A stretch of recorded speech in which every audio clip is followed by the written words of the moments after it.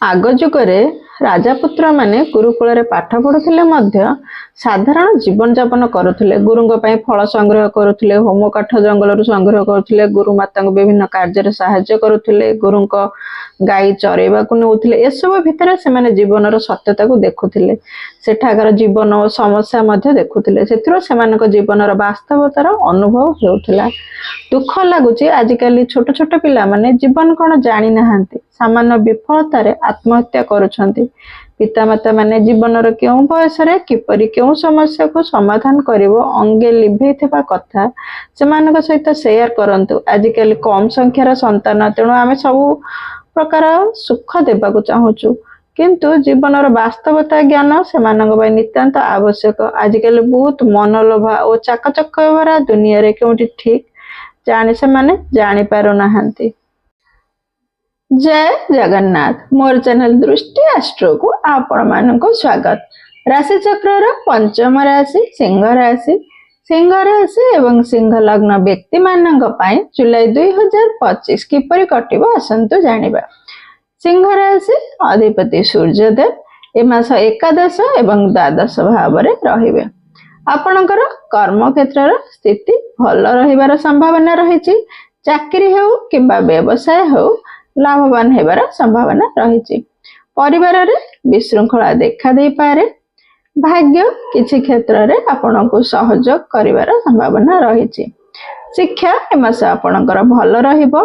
आपण जदि एमास कोनोसी कॉम्पिटिटिव एग्जाम दउचंती सेतरे सुफल पाइबार संभावना रही। लव लाइफ आपणकर भल रहिबो, किंतु राग को टिके कंट्रोल करिवे। स्वास्थ्य जनित समस्या जेपरिक गोड़ पेन किंबा कौन से नर्व जनित डिजीज देखा दे पारे, सेप्रति टिके ध्यान देवे। धैर्य रखी कार्य करंतु। आपण को टिके चिड़चिड़ा लगी थाई पारे।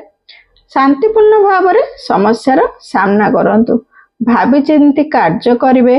हठात किछि निष्पत्ति नेबे नाही, जदि नेबे हैरान होई पारंती। एमास शुभ फल प्राप्ति पाई विष्णु को उपासना करंतु एवं शनिदेव को बीज मंत्र संध्या बेले पाठ करंतु।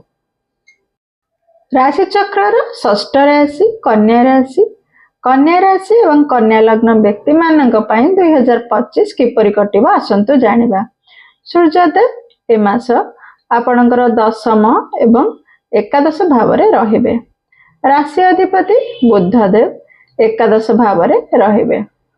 शिक्षा क्षेत्र रे परिश्रम कले शुभ फल प्राप्त करिवे। चाकरी क्षेत्र रे टिके जगी रखी चलिवे, किछि वाद विवाद होई पारे। आय आपणकर ए मास भल होई पारे। कोनोसी वाद विवाद किंबा हॉस्पिटल ले आपणकर अधिक व्यय होई पारे। किछि भौतिक सुख भोग करि पारंती, किछि द्रव्य आपण किनि पारंती। चाकरी क्षेत्र रे किछि शुभ फल मध्य पाई पारंती। कंपटीशन रे विजय हेबार संभावना रहिछि। पार्टनरंकर स्वास्थ्य समस्या देखा दे पारे किंबा कलह होई पारे। आपणकर भी स्वास्थ्य समस्या देखा दे पारे। कार्य रे संपूर्ण हेबार विलंब देखा दे पारे। आपण को टिके आलस्य लागि पारे कोनोसी कार्य सब करबा पय, तो आलस्य त्याग करिवे। शुभ फल प्राप्ति पाई महामृत्युंजय मंत्र पाठ करंतु। राशि चक्र सप्तम राशि तुला राशि। तुला राशि एवं तुला लग्न व्यक्ति मानक पई जुलाई 2025 किपरि कटिबो आसंतो जानिबा। ए मास सूर्यदेव तुला राशि रो नवम भाव एवं दशम भाव रे रहिबे। राशि अधिपति शुक्रदेव अष्टम भाव रे अछंती। तेणु आपणकर किछि स्वास्थ्य समस्या देखा दे पारे। ए मास आपण जते परिश्रम करिवे से अनुसार आपण आगो को बढ़िबे।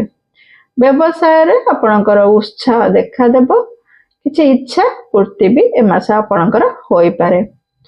आलस्य मध्य कार्य करिबारे लागिबो। आपण को टिके किछि वाद विवाद रे फसी मध्य पारन, तेणु जगी रखी चलेबे। विद्यार्थी माने ए मास टिके डाइवर्ट होई पारंती। पढ़ारे टिके मन न लागि पारे। भाभी चिंती कार्य करिवे।